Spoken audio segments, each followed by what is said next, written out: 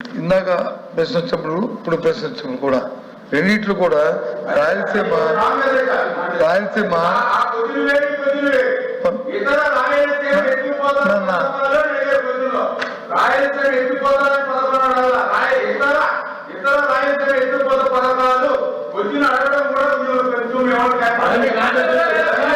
అధ్యక్ష అధ్యక్ష అధ్యక్ష అధ్యక్ష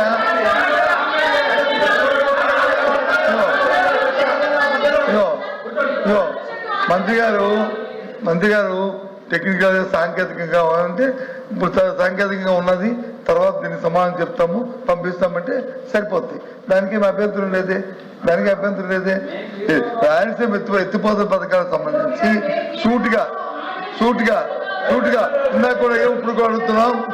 ఏదైతే ఇది ప్రధానం, ఎందుకంటే రాష్ట్రంలో అందరికి కావాల్సింది ఈ విషయం, అంతేగాని రాజకీయ అవసరాల కోసం కాదు. ఎవరైతే శాసనసభ సాక్షిగా తెలంగాణ ముఖ్యమంత్రి రేవంత్ రెడ్డి గారు ఏదైతే అంశాన్ని లేవనెత్తారో, రాయలసీమ ఎత్తిపోతల పథకాన్ని నేను చెప్తేనే చంద్రబాబు నాయుడు ఆపారన్నారు. అది వాస్తవా కాదా? అది వాస్తవా చెప్పండి. ఒకటి. రెండు గౌరవ మంత్రి గారిని మీ ద్వారా అడుగుతున్నాం. ఈ పథకాన్ని మళ్ళీ ఎప్పుడులో ప్రారంభించి ఎప్పుడులో పూర్తి చేస్తారో దయచేసి మీరు సమాధానం ఉంటే చెప్పండి, లేకపోతే సమాధానం పంపించండి. అది ఈ రెండు కోసం ఎందుకండి డైరెక్ట్గా అడుగుతున్నారు.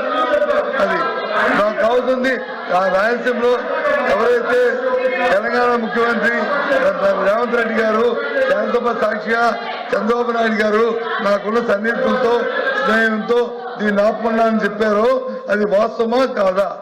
అది ముందు చెప్పండి. రెండోది ఎప్పుడు ప్రారంభిస్తారు, ఎప్పుడు? ఎందుకంటే ఆయనే చెప్పారు అధ్యక్ష, ఆయనే చెప్పారు. జగన్మోహన్ హయాంలో వచ్చి ఎంత సాయం చేశారు, ఎంత ఖర్చు పెట్టారు, ఎన్ని ట్రిబ్యునల్ వచ్చి వినండి. మరి నేను చెప్తానండి, చెప్తాను. నేను చెప్పకపోతే తప్ప అది బొప్పు చెప్తాడుగా.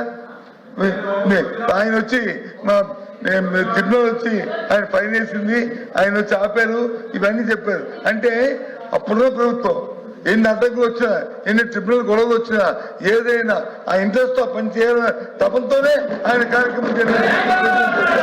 కానీ ఆ ముఖ్యమంత్రి వచ్చి ఈ ముఖ్యమంత్రి గారిని ఆపాదిస్తూ మా ఎదుర్కొన్న సేవ అనుబంధాలతో ఈ కార్యక్రమం ఆపాలని చెప్పాడు.